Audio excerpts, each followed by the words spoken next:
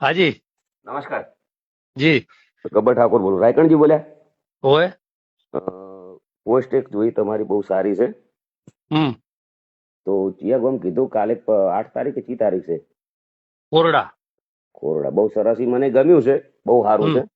તો હમ. એમાં જો ને તો નિર્ણય કમ્પ્લીટ હરખો રાખજો. જો કે મને પૂછ્યા વગર જેવું ડિસિઝન લઈને એમને કરી દીધું ને બહાર, હમ. તો એવી રીતના પરફેક્ટ ડિસિઝન રાખજો.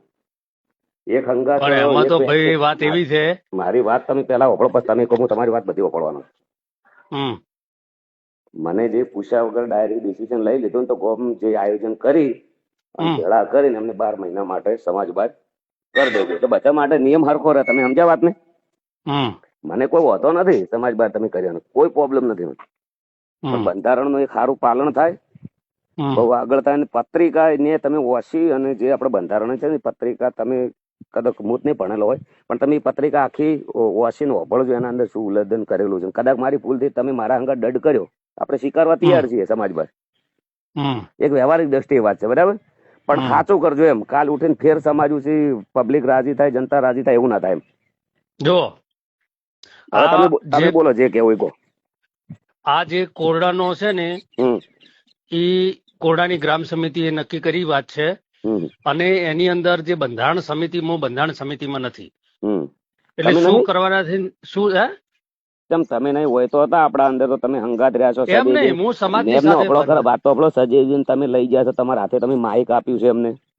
ઈ તો બંધારણ સમિતિમાં એ લોકો શું કીધું, ભાઈ ગામના એક વ્યક્તિને તમે બોલાવો. અમારા બરાબર. ગામના એક વ્યક્તિને. એટલે કે ગામના કોઈ આગેવાનને આ વિશે તમે બોલાવો. હમ એટલે સદેવજી એટલે ઉભા થાય.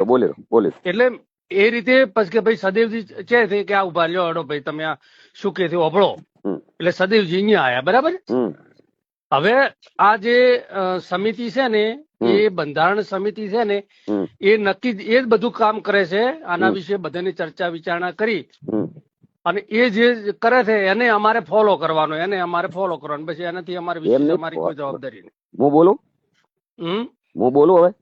હા બોલો. ફોલો કરો, પણ પરફેક્ટ કરજો. એમ જે મને પૂછ્યા વગર ડાયરેક્ટ નિર્ણય લઈ લીધું છે, તો ગોમને જે મીટિંગ કરો ને એનું આયોજન એવું કરજો કે જે હોમે ગુનેગાર છે એને કોઈ પૂછવામાં ના આવે ને સીધા સમાજ બહાર કરી દેજો. એમને વગાડ્યું, મેં ડીજે વગાડ્યું છે અને એમને બી વગાડ્યું છે.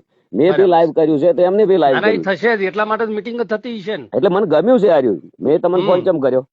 હમ. મેં ફોન એમને તો કર્યો ના હોય. હમ. હમ. હમ. મેં તમને કીધું કે મને ગમ્યું છે, મારા હંગા જે થયું રેડી થયું છે, ખોટું નથી થયું. તમે રાઈટ છો બરાબર. બધા, બહુ સારું હમ. કર્યું છે. અને કદાચ કોઈ હમ. ડીજે વગાડ્યું હોય તો મામૂલી ભૂલ છે, એના માટે આટલી મોટી સજાયું ના હોય. હમ. કોઈ બી વિચારો, ગમે તે લાખો કાર્ય હારા કરેલા છે ઓલરેડી.